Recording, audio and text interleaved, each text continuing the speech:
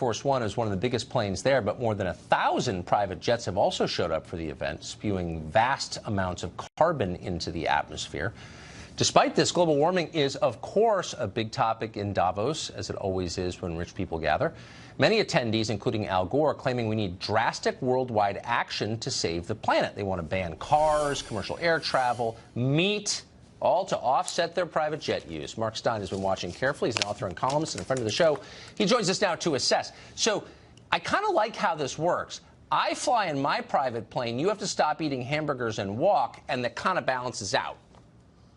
Yes, that's right. This is the way these guys plan, that somehow they will still get to jet around, like Al Gore in his private plane, going to world conferences, Leonardo DiCaprio, and you will be beating your laundry down on the rocks with the village women, getting your clothes dry because the washer and the dryer are destroying the planet. And the fact that they all meet in a remote luxury Swiss ski resort. You said that your viewers weren't invited, Tucker. And that's right, most people aren't invited because it's government leaders and what they call so-called stakeholders. And apparently 90% of the schlubs on this planet don't have a stake in anything. But Kate Blanchett, who's getting an award for raising awareness of refugees, she apparently counts as a stakeholder. So incidentally, they should have given the award for raising awareness of refugees to the mayor of Östersund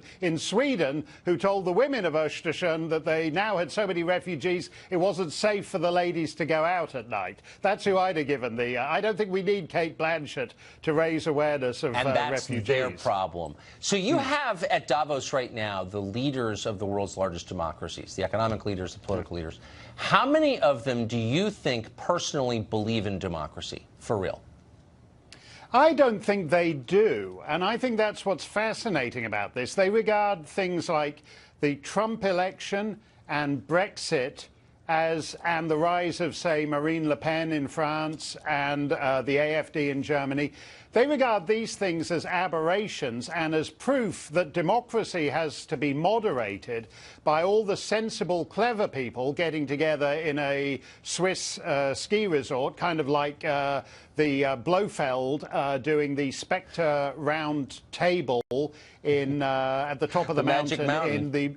Yeah, in the Bond film On Her Majesty's Secret Service, if you're keeping in touch with your world conspiracies. They all meet on the top of a mountain like the Spectre board meeting in James Bond films, and they decide the measures they can take to ameliorate and moderate the voice of the people, because the voice of the people is vulgar and keeps voting for Trump and Brexit and that kind of thing. But don't you think if you're going to have a global conspiracy of elites, at least the people involved should be impressive and self-aware?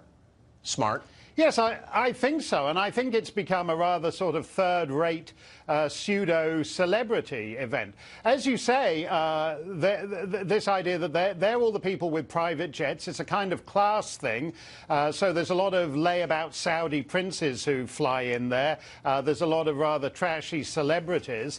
There's a lot of powerful business leaders. But at heart, it is an anti-democratic bias. You mentioned that hamburgers cause global warming. That was this story today. I didn't actually believe that, but it turns out that if you eat a breakfast sandwich from McDonald's, every time you eat a sausage and egg McMuffin, a polar bear loses its ice flow. Apparently the sandwiches are responsible for global warming. So as bad as it is, Leonardo DiCaprio and Al Gore flying around to these summits on their private jets, if they all flew into Davos on a sausage and egg McMuffin, the entire planet would be kaput, because that's apparently what causes global warming, according to these guys.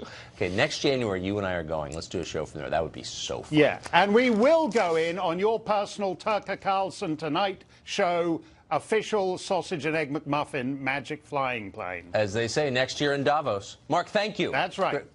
Thanks, Great to Tucker. see you.